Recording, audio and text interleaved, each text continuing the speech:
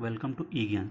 चलिए आज हम लोग इक्विवेलेंट सर्किट ऑफ ट्रांसफार्मर पर एक एग्जांपल सॉल्व करके देखते हैं। देख लें कि क्वेश्चन क्या है। सबसे पहले ये 33 KVA 2200/220 volt 50 hertz single phase transformer has the following parameters. यहाँ पर दिया हुआ है R1 is equal to 2.4 ohm, X1 is equal to 6 ohm, R2 is equal to 0.03 ohm और X2 is equal to 0.07 ohms. जहाँ पर जो सब्सक्रिप्ट 1 और 2 है, जो 1 और 2 लिखा हुआ है, ये रेफर करते हैं प्राइमरी और सेकेंडरी साइड रिस्पेक्टिवली। मतलब 1 जो है वो प्राइमरी साइड को रेफर कर रहा है और जो 2 है वो सेकेंडरी को रेफर कर रहा है। ठीक है, क्वेश्चन क्या दिया हुआ है, find the primary resistance and leakage reactance referred to secondary. B है secondary resistance and leakage reactance referred to primary. Equivalent resistance and equivalent leakage reactance referred to primary और रेफर्ड टू सेकेंडरी भी निकालना है। और last question है total ohmic loss at full load. तो question में जो दिया हुआ था, सबसे पहले अपन देखें, ये दिया हुआ है कि 33 केवीए का ट्रांसफार्मर है और 2200/220 वोल्ट का है। तो हमने ये सबसे पहले लिख लिया कि जो 22/200 वोल्ट है, ये क्या होता है, ये वोल्टेज का रेशियो है primary voltage divided by secondary voltage, और यही होता है N1/N2, मतलब टर्न्स रेशियो के बराबर होता है। ये अपन पहले से जानते हैं। साथ ही साथ इसकी जो केवीए रेटिंग दी है वो दी हुई है 33 केवीए, ये क्वेश्चन में दी हुई है। तो ये हो गया हमारा गिवन डाटा। ठीक है, सबसे पहले अपने से पूछा गया है कि ये जो रेजिस्टेंस और लीकेज रिएक्टेंस दिया है प्राइमरी का, रेजिस्टेंस और लीकेज रिएक्टेंस दिया है सेकेंडरी का, और हमसे पूछा क्या गया है, सबसे पहले हमसे पूछा गया है find the primary resistance and leakage reactance refer to secondary. मतलब प्राइमरी को अपन सेकेंडरी में रेफर करेंगे तो कितना आएगा। तो देखिए हमको ये पूछा गया है कि primary resistance refer to secondary क्या होता है। तो ये है प्राइमरी रेजिस्टेंस R1 और रेफर टू सेकेंडरी मतलब उसका डैश, तो R1 डैश हमको निकालना है। इसका फॉर्मूला क्या होता है, क्योंकि हमको रेफर टू सेकेंडरी निकालना है तो अपन सेकेंडरी के टर्न्स को ऊपर रखते हैं, प्राइमरी के टर्न्स को नीचे रखते हैं, whole square multiplied bye R1 मतलब प्राइमरी रेजिस्टेंस। इसी में अपन वैल्यू पुट करें तो R1 डैश जो होगा primary resistance refer to secondary क्या हो जाएगा, R1 dash is equal to N2/N1। तो N1/N2 इतना है, तो N2/N1 कितना हो जाएगा, ये हो जाएगा 220/2200। इसका स्क्वायर करेंगे मल्टीप्लाइड बाय R1। तो क्वेश्चन में R1 कितना दिया था, 2.4, तो अपन यहाँ पे पुट कर देंगे 2.4। तो कितना आ जाएगा, ये इसको अपन डिवाइड करेंगे तो ये हो जाएगा 1/100 स्क्वायर करने के बाद, और डिवाइड इंटू 2.4 करेंगे तो ये आ जाएगा 0.024 ओम हो जाएगा। तो ये आ गया हमारा primary resistance refer to secondary, उसकी वैल्यू ये आ गई। उसके बाद हमसे पूछा है कि primary leakage reactance refer to secondary. तो सेम फॉर्मूला जैसे यहां पर लिखे हैं वैसे यहां पे लिखेंगे। तो primary leakage reactance referred to secondary, तो ये हो गया प्राइमरी लीकेज रिएक्टेंस X1 और ये डैश शो करेगा रेफर टू सेकेंडरी को। फॉर्मूला वही रहेगा N2/N1 का whole square into primary leakage reactance. जब अपन वैल्यू पुट करेंगे तो X1 डैश कितना आ जाएगा, N2/N1 कितना है, तो 220/2200 का whole square multiplied bye X1। तो X1 कितना दिया था क्वेश्चन में, X1 दिया था 6 ओम, पुट कर देते हैं यहाँ पर लोग मल्टीप्लाइड बाय 6। तो X1 डैश कितना आ जाएगा, 0.06 ओम। तो ये हो गया हमारा X1 डैश। X1 डैश मतलब primary leakage reactance refer to secondary. ये हमारा ए पार्ट का दोनों हमने क्वेश्चन निकालिए। बी में हमसे पूछा है secondary resistance and leakage reactance refer to primary. तो अपन पहले निकालेंगे secondary resistance refer to primary और फिर निकालेंगे leakage reactance refer to primary. तो सेकेंडरी का रेजिस्टेंस कितना दिया है पहले वो देख लें। सेकेंडरी का रेजिस्टेंस है 0.03 ओम। ठीक है, तो सेकेंडरी का अपने को रेजिस्टेंस दिया हुआ था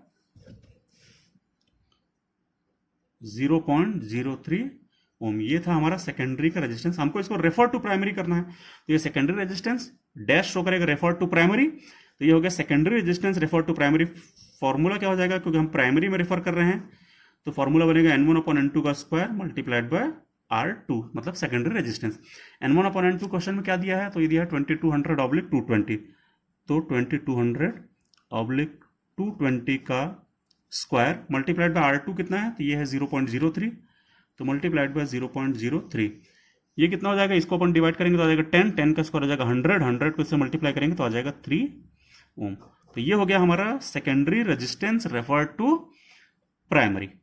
सेम वे में अपन निकालेंगे secondary reactance refer to primary. तो फॉर्मूला वही रहेगा, प्राइमरी में रेफर करना है तो प्राइमरी के टर्म्स को हम न्यूमरेटर में रखते हैं, इसका स्क्वायर करते हैं मल्टीप्लाइड बाय X2 मतलब सेकेंडरी लीकेज रिएक्टेंस। N1/N2 हमको ये पता है, ये ऑलरेडी हमको पता है, N1/N2 इतना होता है, उसका स्क्वायर कर दें मल्टीप्लाइड बाय X2। देखें तो X2 कितना दिया था क्वेश्चन में, x2 की वैल्यू दी थी 0.07, तो अपन यहाँ पे पुट कर देते हैं 0.07। ये फिर 100 हो जाएगा, इसको इससे मल्टीप्लाई करेंगे तो ये आ जाएगा 7 ओम। ठीक है, तो ये हो गया हमारा x2 डैश, मतलब secondary leakage reactance referred to primary, ये आ गया। तो ये हमारा बी पार्ट जो था, secondary resistance and leakage reactance referred to primary, ये हमने दोनों चीजें निकाल ली। तो ये हमारी दोनों चीजें हम लोगों ने R2 डैश और X2 डैश निकाल ली। ये दोनों क्या हैं? ये दोनों हैं रेफर्ड टू प्राइमरी, आ गया है। अब हमसे सी पार्ट में क्या पूछा गया है, देखें। सी पार्ट में हमसे पूछा गया equivalent resistance and equivalent leakage reactance referred to primary पहले निकालेंगे, फिर हम लोग रेफर्ड टू सेकेंडरी निकालेंगे। ठीक है, तो अपन लोग पहले निकाल करके देखते हैं कि रेफर्ड टू प्राइमरी क्या आएगा। पहले अपन लोग रेफर्ड टू प्राइमरी करते हैं। चलिए, equivalent resistance referred to primary, फिर equivalent leakage reactance referred to primary अपन निकालेंगे। तो ये हमने लिखा है equivalent resistance and leakage reactance referred to primary. क्या होगा? तो equivalent resistance refer to primary को अपन RE1 से शो करते हैं, और equivalent leakage reactance refer to primary को अपन XE1 से शो करेंगे। तो RE1 का फॉर्मूला क्या होगा? रेफर टू प्राइमरी करना है तो जो प्राइमरी में पहले से है उसको ऐसे लिखेंगे एज इट इज, और जो सेकेंडरी से हम प्राइमरी में ले गए हैं उसका नाम था अपना R2 डैश। तो equivalent resistance referred to primary मतलब क्या होगा? RE1, जो प्राइमरी में पहले से था वो एज इट इज, जो सेकेंडरी से प्राइमरी में गया था उसको अपन इसमें ऐड कर देंगे। तो R1 जो पहले से प्राइमरी में था उसकी वैल्यू कितनी है? तो उसकी वैल्यू क्वेश्चन में दी हुई थी 2.4, प्लस R2 डैश हमने अभी भी निकाला, यहां पर R2 डैश हमने निकाला है 3 ओम। तो ये अपन कर देंगे 3 को ऐड कर देंगे क्योंकि वो भी रेफर्ड टू प्राइमरी है, ये देखिए। ठीक है, ये आ जाएगा 5.4 ओम हो जाएगा। Equivalent resistance refer to primary, ये ई शो करता है equivalent resistance refer to primary. Similarly equivalent leakage reactance refer to primary, तो ये हो गया इक्विवेलेंट, ई शो कर रहा है इक्विवेलेंट, एक्स शो कर रहा है लीकेज रिएक्टेंस, और 1 शो कर रहा है रेफर टू प्राइमरी। तो equivalent leakage reactance refer to primary क्या हो जाएगा? जो प्राइमरी में पहले से है उसको एज इट इज लिखेंगे, जो सेकेंडरी से प्राइमरी में गया है उसको जोड़ देंगे। पहले से प्राइमरी में कितना रिएक्टेंस था? पहले से प्राइमरी में था 6 ओम, प्लस हमने जो लेके गए रेफर टू प्राइमरी किया है सेकेंडरी वाले को, वो आया है 7 ओम। ऐड कर दें, ये हो जाएगा 13 ओम। ये हो गया equivalent leakage reactance refer to primary, ये आ गया। अब हमको निकालना है सेम चीजें जो क्वेश्चन में पूछी गई है, equivalent resistance and equivalent leakage reactance refer to secondary अपन निकालेंगे। तो equivalent resistance refer to secondary, ये अपन निकालेंगे, और इसी के तुरंत बाद अपन निकालेंगे equivalent leakage reactance refer to secondary निकालेंगे। Equivalent resistance refer to secondary कैसे निकलेगा? तो ये R हो जाएगा रेजिस्टेंस, इक्विवेलेंट शो करेगा E से, और रेफर टू सेकेंडरी करना है तो 2। सेकेंडरी में रिफर करके निकालना है तो जो पहले से सेकेंडरी में था उसको एज इट इज लिखें, और जो प्राइमरी का था R1 जो सेकेंडरी में गया तो हो गया R1 डैश, इसको जोड़ देते हैं अपन लोग।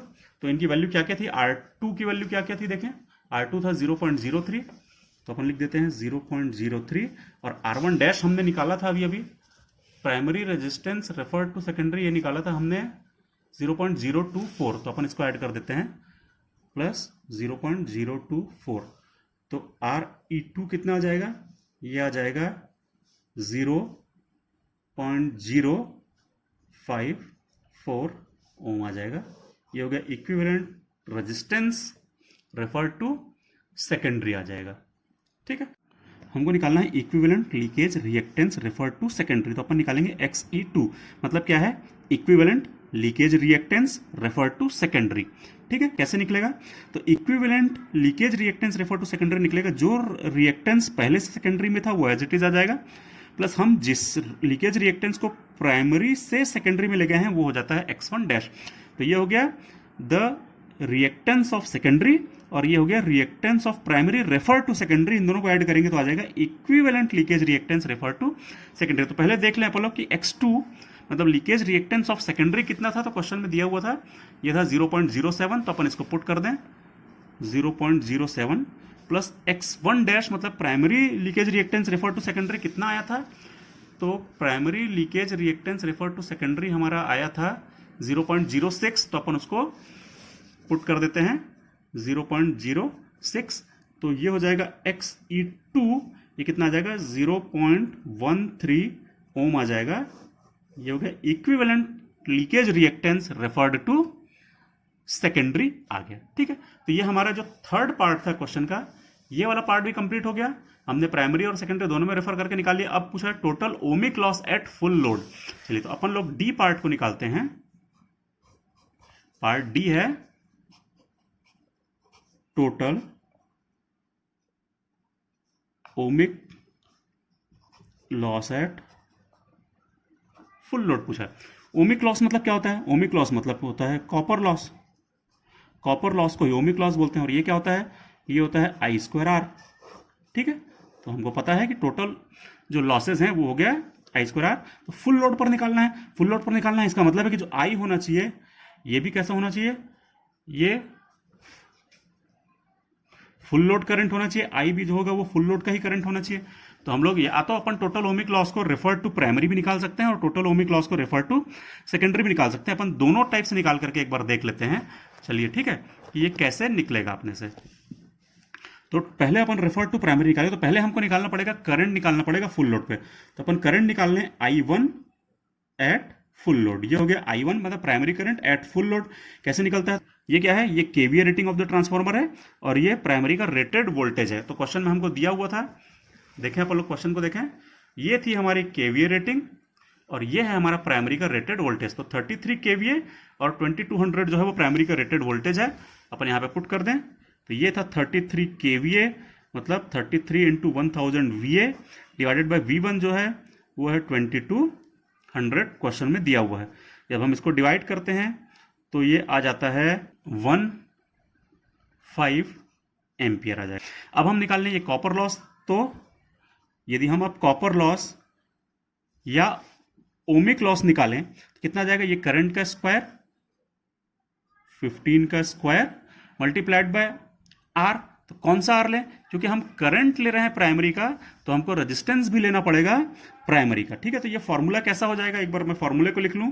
फॉर्मूला हो जाएगा I1 FL का स्क्वायर मल्टीप्लाइड बाय RE1। ठीक है, तो RE1 हमको लेना पड़ेगा और RE1 हमने ऑलरेडी निकाला हुआ है क्वेश्चन में। देखिए RE1 कितना निकला था? तो RE1 निकला हुआ है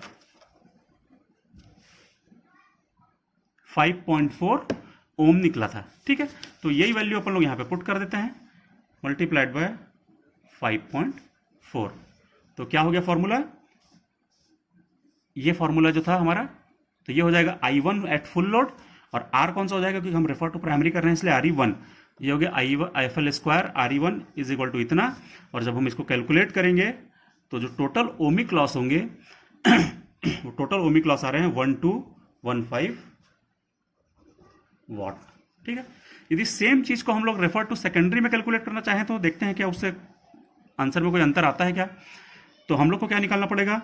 अब I2FL निकालना पड़ेगा। यदि मैं रेफर टू सेकेंडरी निकालूं तो सेकेंडरी का फुल लोड करंट निकालेंगे तो वो क्या हो जाएगा? केवीए रेटिंग डिवाइडेड बाय, अब हो जाएगा V2 क्योंकि हम सेकेंडरी का निकाल रहे हैं। केवीए रेटिंग तो उतनी ही रहेगी same 33 into 1000 divided by V2 कितना दिया हुआ है क्वेश्चन में? तो क्वेश्चन में V2 दिया है 220 वोल्ट। यदि मैं इससे I2FL निकालता हूं तो I2FL आता है 150 एम्पियर। ठीक है, इसको थोड़ा कैलकुलेट करके अपन देखें तो आ जाएगा 150 एम्पियर। अब अपने को निकालना है ओमिक लॉस। तो ओमिक लॉस का फॉर्मूला तो अभी अभी हमने पढ़ा था, आई स्क्वायर आर होता है। ठीक है, यदि मैं इसी में वैल्यूज पुट करूं तो हमको सेकेंडरी का निकालना है, सेकेंडरी साइड से निकालना है। तो ये हो जाएगा I2FL का whole square multiplied by resistance भी हो जाएगा RE2 equivalent resistance refer to secondary, क्योंकि हम लोग सारी चीजों को कहां पे निकाल रहे हैं? सेकेंडरी में रेफर करके निकाल रहे हैं। तो I2FL ये निकला हमारा 150, अपन पुट कर दें 150 का स्क्वायर मल्टीप्लाइड बाय RE2 हमने अभी भी निकाला था RE2, ये निकला था RE2 0.054। तो इसको पुट कर दीजिए 0.054 और यदि अपन इसको मल्टीप्लाई करके देखें, इसको मल्टीप्लाई करके देखते हैं तो भी आता है 1215 वॉट। तो ये हो गया अपना ओमिक लॉस। तो ओमिक लॉस यदि हम सेकेंडरी में रेफर करके निकालते हैं तो भी इतना ही आता है, यदि हम ओमिक लॉस को प्राइमरी में रेफर करके निकालते हैं तो भी इतना ही आता है। तो ये हो गया हमारा टोटल ओमिक लॉस। तो इस प्रकार से ये हो गया हमारा पूरे solution of the question. Thank you.